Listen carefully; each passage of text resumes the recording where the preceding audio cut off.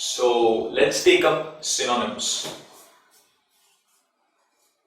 Synonyms as a chapter for study is a very interesting chapter. Well, what we do over here is we try and identify words that have similar meaning. Okay.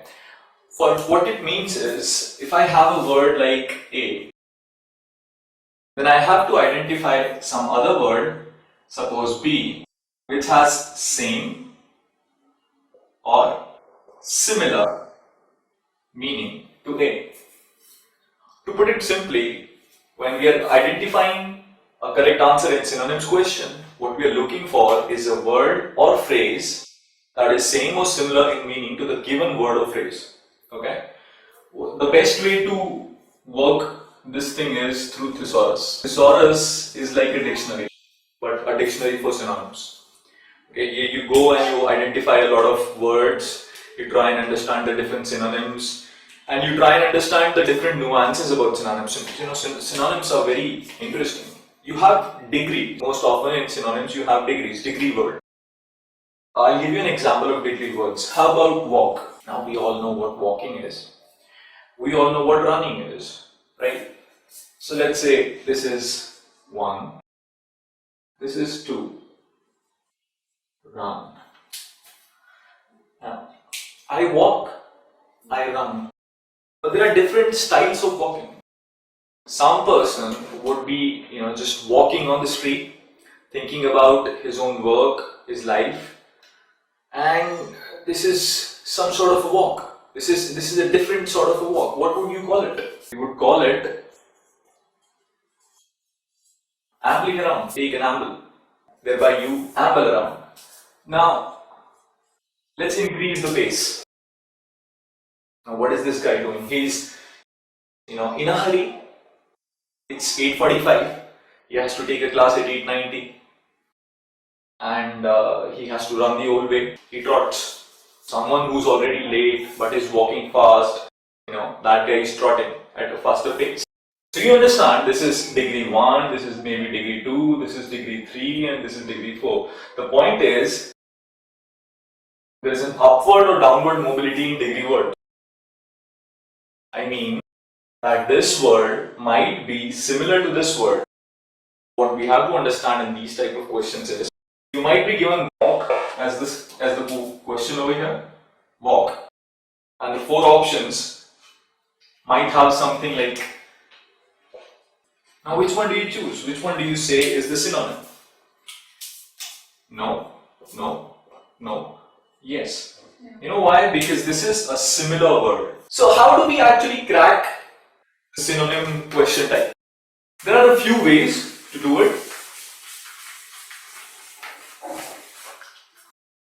First is reading. If you read a lot, it really helps, A good reader can actually score a lot better than all these people who don't read. In all entrance examinations, someone who reads more, reads better, is a voracious reader, has read a lot more newspapers and books, will be favored. You know why? Because he has a lot of understanding of different topics, and when you have an understanding of different topics, you can take RCs better, you can take EUs better, and you know where the grammar questions are going. For example, now when we talk about synonyms, how does reading help you? I'll give you an example. Suppose avalanche is the word, or flash flood is the word,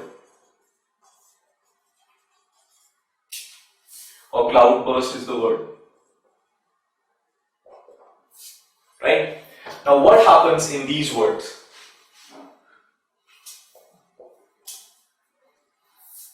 Someone who has been following the news from the last year would be easily understanding these words, because he might have read about the Uttarakhand floods, the cloud burst, the avalanche, the flash floods. These things were evident in that catastrophe. So newspapers have covered these words. What happens is, this person who's read this knows this, knows this, knows this. Thereby he has an advantage over all the other people. So good if you read, But if you don't, then we go on to the second one, which is a high intensity word list. Why do we call it high intensity word list? It's a list of words in which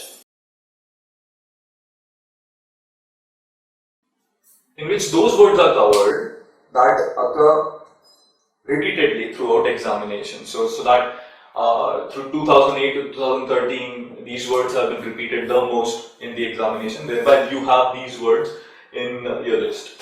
One way is to go through rote learning. Read it once, twice, thrice, 30 times. Put it inside your head. Understand all the synonyms, the words, and everything, and then you're done.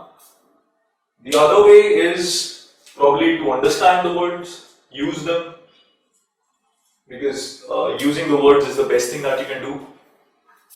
And there's another way to do it, which is probably through.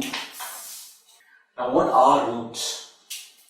Roots are the base of words which have been taken from languages like Latin or German or French, which build a word. For example, let's take chronos. Now, you have definitely seen a lot of words built on this, but you don't realize it. That is because you don't know what this means. I'll give you the list. Chronology, chronometer, probably Chronos himself.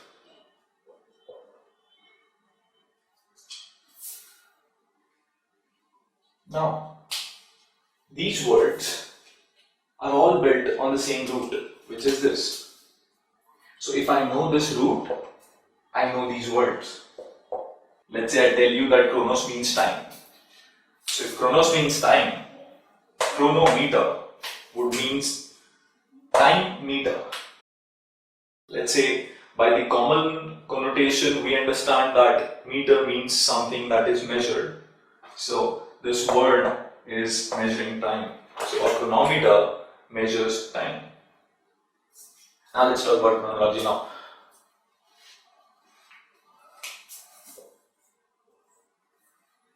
Chronos is time. Logos, let's not get into it, because if I get into this, it will be a very long lecture. Let's say this is something related to time. Okay, we know that logy is about, wherever we see logy, it's a subject or something. When you talk about that, we can even say that this is a study of time, or this is something related to time, even though chronology means a bit different, but let's say it is that. Now this chronos here means a man or a god, the god of time. The point here is that there are a lot of suffixes, a lot of prefixes, and a lot of roots, which if you know and understand, you can understand the meaning of a lot of words. These questions, these synonym questions, will not be a problem for you if you know this. Okay. And let's talk about the last one, which is the connotation root.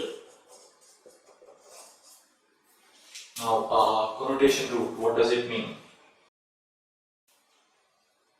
Let's take an example for this. Connotation.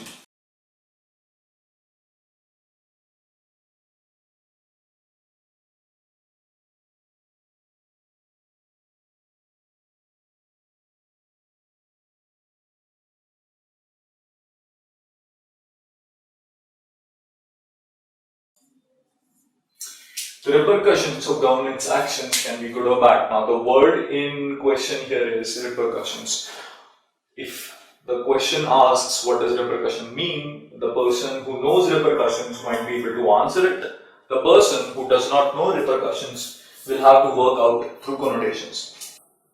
The connotation of a word means that each word either has a positive or a neutral or a negative connotation. When you read something anywhere, you in your own mind form connotations. These connotations or denotations are your own understanding of the word without even knowing the meaning of it. For example, if I say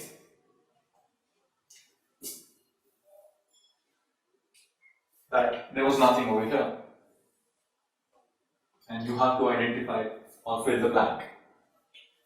So, how would you go about it? You would take this blank and you fill it by your own understanding, probably results or consequences, or so on. So the point is that even if I don't know what repercussions mean, the sentence tells me about the word. Now for those people who don't really, open dictionary while reading, this kind of understanding helps a lot, because what happens is many times you'll see a word in a question and you won't know the meaning of it, but you have seen it somewhere and you've definitely used it somewhere else. That ways you understand the connotation or the denotation of the word. So if I have a positive connotation word in my question and the options and the positive connotation, so I can definitely choose this as the answer, avoiding these, right? So that is about how we actually do it. Go on to the practice questions. Best of luck.